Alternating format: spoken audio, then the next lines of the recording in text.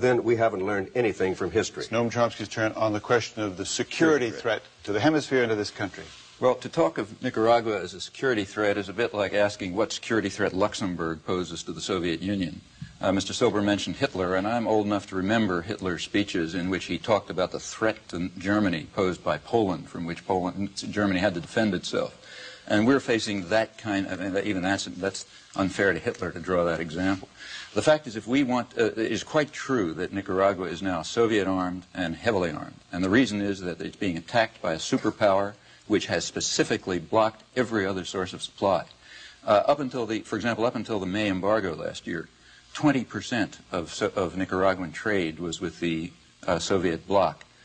Prior to that, its arms were coming from everywhere. We then blocked arms from everywhere else. As we intensify the war, they do exactly what the U.S. government wants them to do, namely they divert resources from the social reforms which we really fear, and they turn them towards militarization. If we want to, the idea that Nicaragua could attack the countries of, I might add that the countries of Latin America regard this as hysterical lunacy.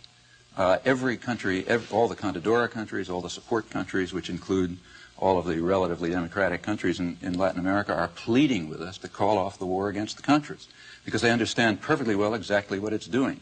It's forcing them to be a militarized state, and it's creating a danger of a wider war in the region. If we want to get the Soviet tanks out of Nicaragua, and the Soviet advisors, and they're very few, the Cuban advisors out, what we should do is very simple, and everyone in the government knows it: call off the war, and they will return to what they were doing before we attacked them, namely creating the most effective social reforms in the hemisphere, which were widely praised by the World Bank, the Inter-American Development Bank, organizations like Oxfam, which describe them as unique in their experience in 76 developing countries, and which we have retarded and stopped by this attack. We were running so far over time that we might just as well keep going. I want you to deal with the question of democracy and our responsibility to aid the cause. Right. You criticize the Sandinistas, but do you really want to embrace the Contras as a vehicle of democracy? Absolutely. And let's dispense with the myth that somehow these were lovely Democrats until we drove them into the hands of the Soviet Union by our opposition. That is a myth, that is a fabrication of history that Mr. Chomsky knows is false. As a matter of fact, when the revolution came to an end in July of 1979, the Sandinistas came to Washington after having pledged the Organization of American States that they would hold free elections. They then received $117 million in loans. They received credit from the World Bank through the intercession of the United States. They were very well received and very well treated.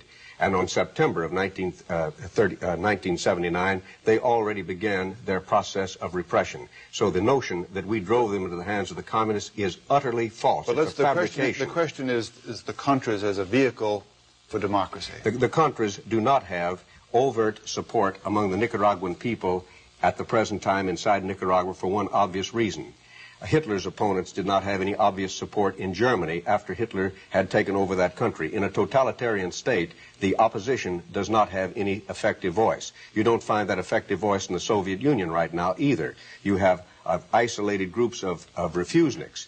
But in Nicaragua, you have a leadership: Robelo, Cruz, Chamorro, Colero. Those are major figures, major democratic figures who opposed Somoza, and many of them went to jail, and they are followed by literally thousands of people who are opposing the Sandinista dictatorship.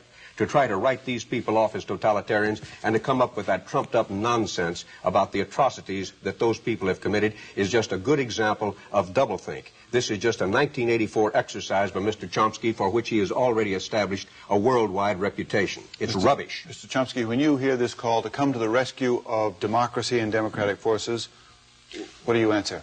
I would be delighted if the United States were to reverse its long-standing policies of opposing democratic forces throughout Central America and begin to support those forces.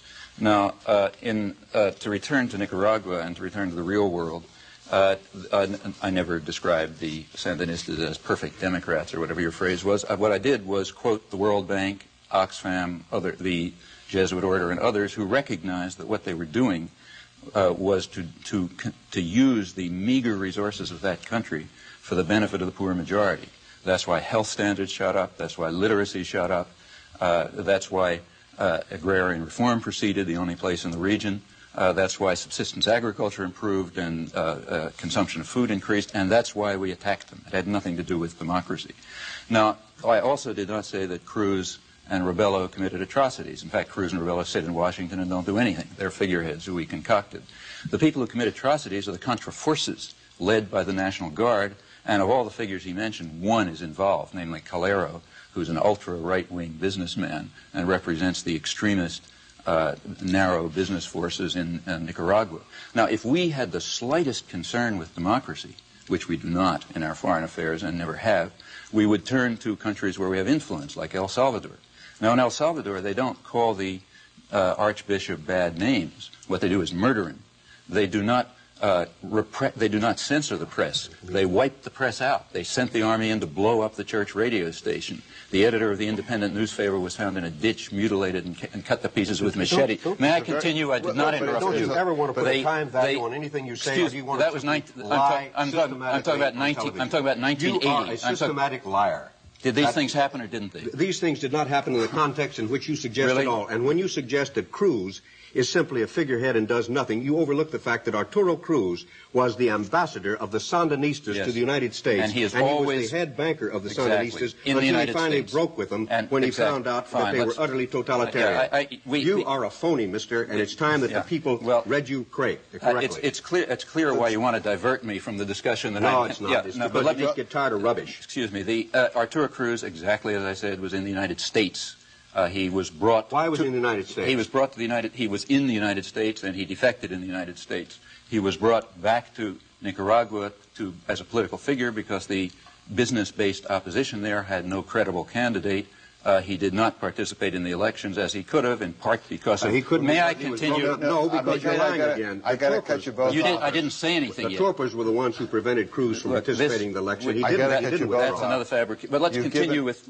Except we can't. I'm afraid we're out of time. You've given President Reagan a tough act to follow on Sunday night. We thank you both, John Silber and Noam Chomsky.